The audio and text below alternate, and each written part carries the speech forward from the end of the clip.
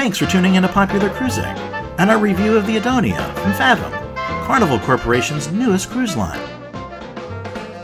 Featuring culturally immersive impact travel itineraries to the Dominican Republic and historically to Cuba. Accommodations and ship design in general often reflect their former service to P&O Cruises, and in fact Renaissance cruises originally well before that. That means richer decor that is pleasant on its own, but is not always in keeping with the casual atmosphere of the Fathom brand. Our balcony cabin, for instance, featured handsome furnishings and enough storage for an entire week. Besides a fine selection of complimentary movies on rotation, the television defaulted to British programming carried over from P&O. Of course, we loved the balcony itself for its outside views of the passing scenery, especially once we left Miami and arrived in Cuba. As is the case with any former Renaissance Cruises ship sailing today, the bathrooms are the most challenging, particularly postage stamp-sized showers, with inward angled walls and a dam, and a flimsy shower curtain that blows in on you. Other stateroom categories include inside cabins that are well configured for their size.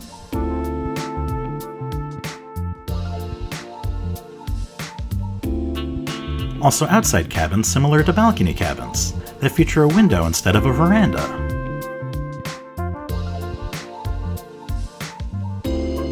Larger suites are positioned at the aft corners of the vessel,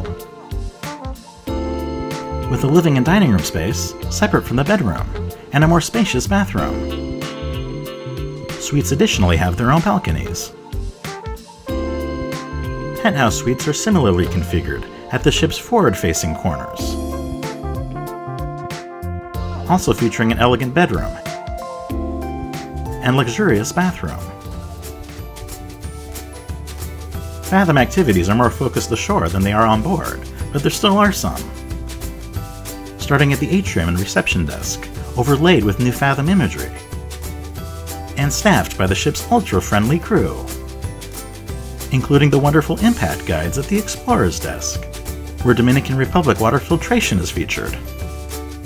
The ship is still more or less operated by P&O Cruises, including its British officers, led by its great female captain, on display next to a welcome seating area.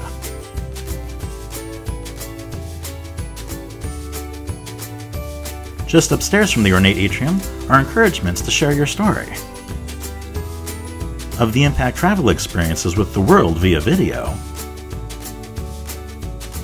or with your future self by jotting a little note.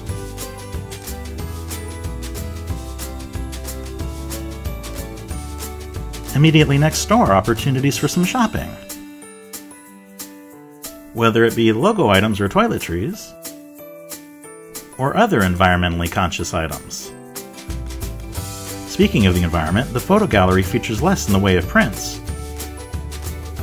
and more in the way of digitally selecting images via touchscreen. One of the finest remainders from the Renaissance Cruises days is the excellent library, with a vast selection of books and games, as well as internet terminals for those who didn't bring their own devices. There's also a lovely card room that can double as a conference center, and fun Fathom curiosity boxes positioned throughout, with words of affirmation here cleverly relying on a mirror. Mirrors also lead to the ship's great crow's nest observation lounge. Always a favorite feature for enjoying a casual drink, but more importantly, the passing scenery of the destination.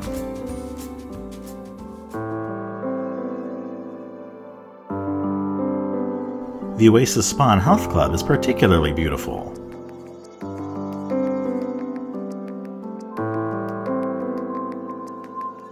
From its locker rooms, showers, and saunas,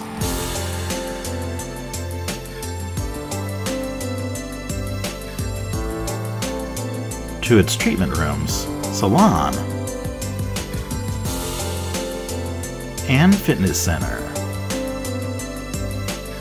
The outdoor plunge pool and sun deck are especially inviting. Even the pool deck features these neat suspended wicker chairs.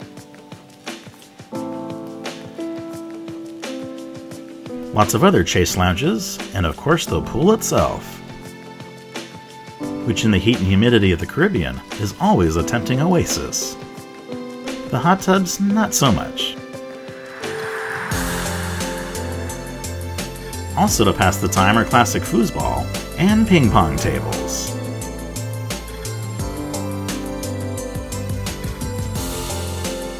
And the sail-away party features an opportunity to dance your cares away, or get in the spirit of cultural immersion and fish for wisdom, where notes in a bottle feature messages from former cruisers, with great suggestions like always making the attempt to speak the local language. Just outside the library at the sun deck are other inspirational questions to reflect upon, while getting in a little exercise along the jogging track.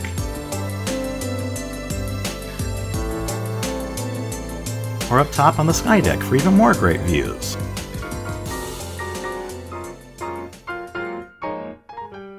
As for food on board, fare is more basic, such as at poolside buffets and the Lido Grill, featuring hot dogs, sides, and some Caribbean items, like Cuban and Dominican Republic style hamburgers that are actually pretty flavorful. At the conservatory, the cuisine is in fact rather conservative. The buffet line itself is well stocked by the excellent crew in their great Fathom branded aprons, but unfortunately the food still seems to be under-seasoned for bland British tastes. Pizza is tastier but still not the best. At least there's great outdoor seating to enjoy it at. Such food here is more colorful than it is flavorful, and the highlights are desserts and pastries. Ordinarily I'd suggest trying room service as an alternative, but besides continental breakfasts, surprisingly there isn't any available.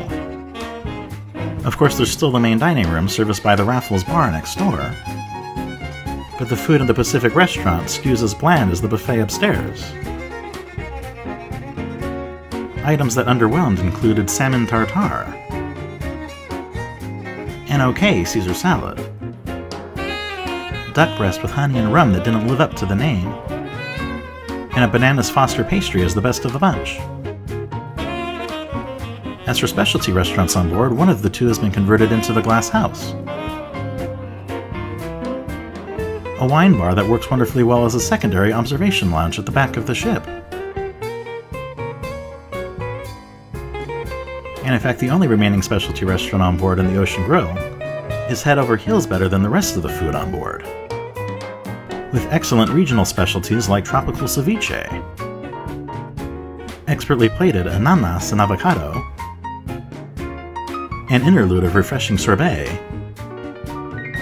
a Cuban bistec encebollado well worth the surcharge, complete with 2 sauces, lots of sides, and even a salad, before sweet desserts like bread pudding and a final chocolate send-off. Similar to activities, the entertainment is focused more ashore than on board. That means the Curzon Lounge does not feature any production shows, but instead informative briefings and historical lectures, spearheaded by exceptional Impact Guide lead Katie Dow, essentially Fathom's version of a cruise director. More traditional entertainment, however, is featured here in the form of culturally significant films and documentaries,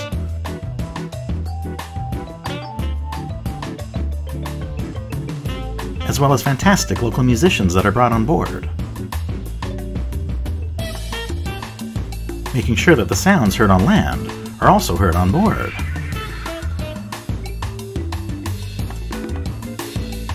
There are also plenty of chances to learn and practice new dance skills.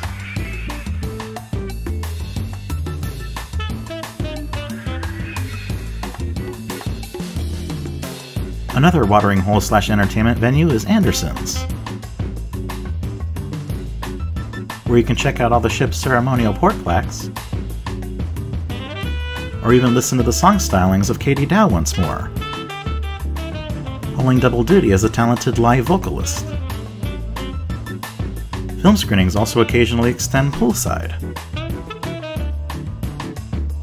like Ernest Hemingway's Old Man and the Sea on our Cuban itinerary. And of course, the great local bands also play outside during the day. As you might expect, a Fathom cruise is different than most, and is far more concerned with cultural experiences and destinations like Cuba. That, in my opinion, is the main reason to hop immediately on the Adonia for such a historical opportunity. So please enjoy this video sampler from Havana, Cienfuegos, and Santiago de Cuba when considering booking for yourself.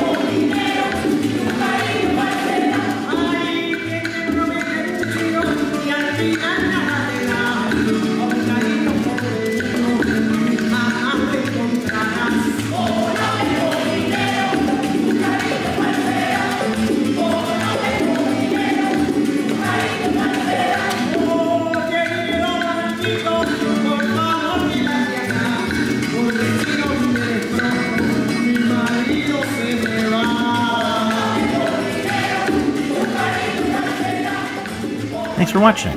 Please feel free to subscribe to our channel, watch our other videos, and visit popularcruising.com.